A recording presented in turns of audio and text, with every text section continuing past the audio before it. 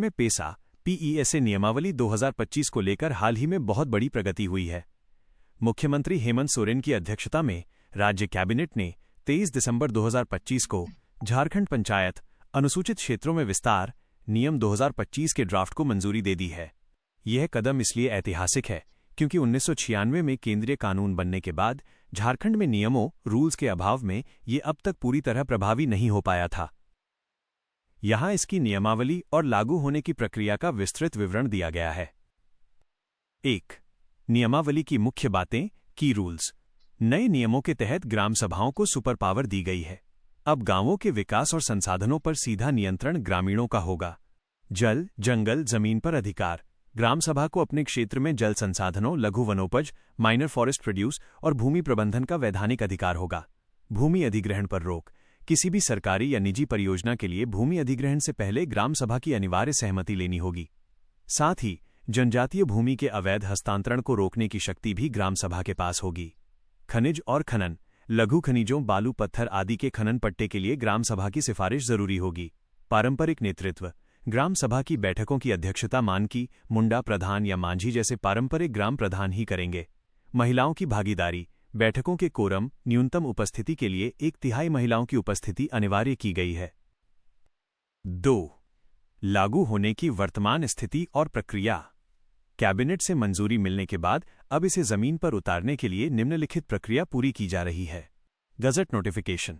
Cabinet की मंजूरी के बाद अब सरकार इसे आधिकारिक राजपत्र गजट में प्रकाशित करेगी।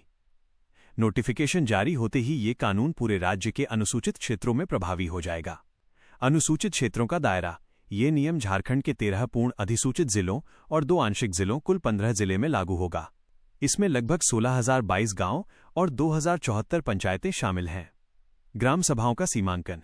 जिला प्रशासन द्वारा ग्राम सभाओं का नए सिरे से सीमांकन डिलिमिटेशन किया जाएगा ताकि पारंपरिक और भौगोलिक सीमाओं को स्पष्ट किया जा सके।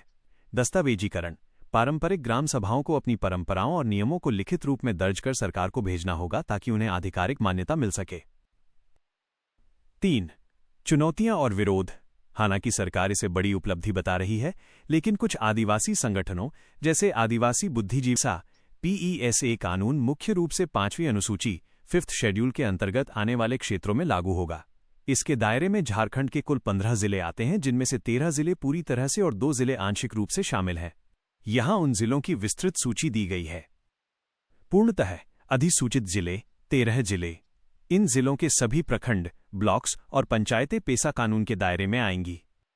1. रांची राजधानी क्षेत्र। 2. खूंटी। 3. लोहरदगा। 4. गुमला।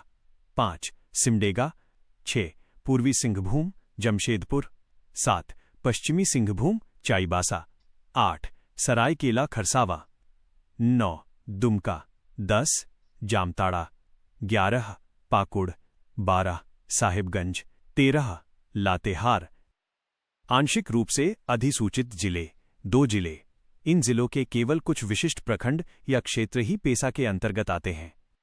14. गढ़वा केवल भंडरिया प्रखंड। 15. पलामू सतबरवा प्रखंड के कुछ क्षेत्र और रबी की कुछ पंचायतें। इन जिलों में क्या बदलेगा? इन 15 जिलों के गांवों में अब प्रशासन की कार्यशैली पूरी तरह बदल जाएगी। स्थानीय अदालत छोटे मोटे दीवानी और आपराधिक विवादों का निपटारा अब गांव की ग्राम सभा ही कर सकेगी। शराबबंदी नियंत्रण। ग्राम सभा को अधिकार होगा कि वो गांव में शराब की बिक्री और नशीले पदार्थों पर नियंत्रण या पाबंदी लगा सके। बाजार प्रबंधन। गांवों में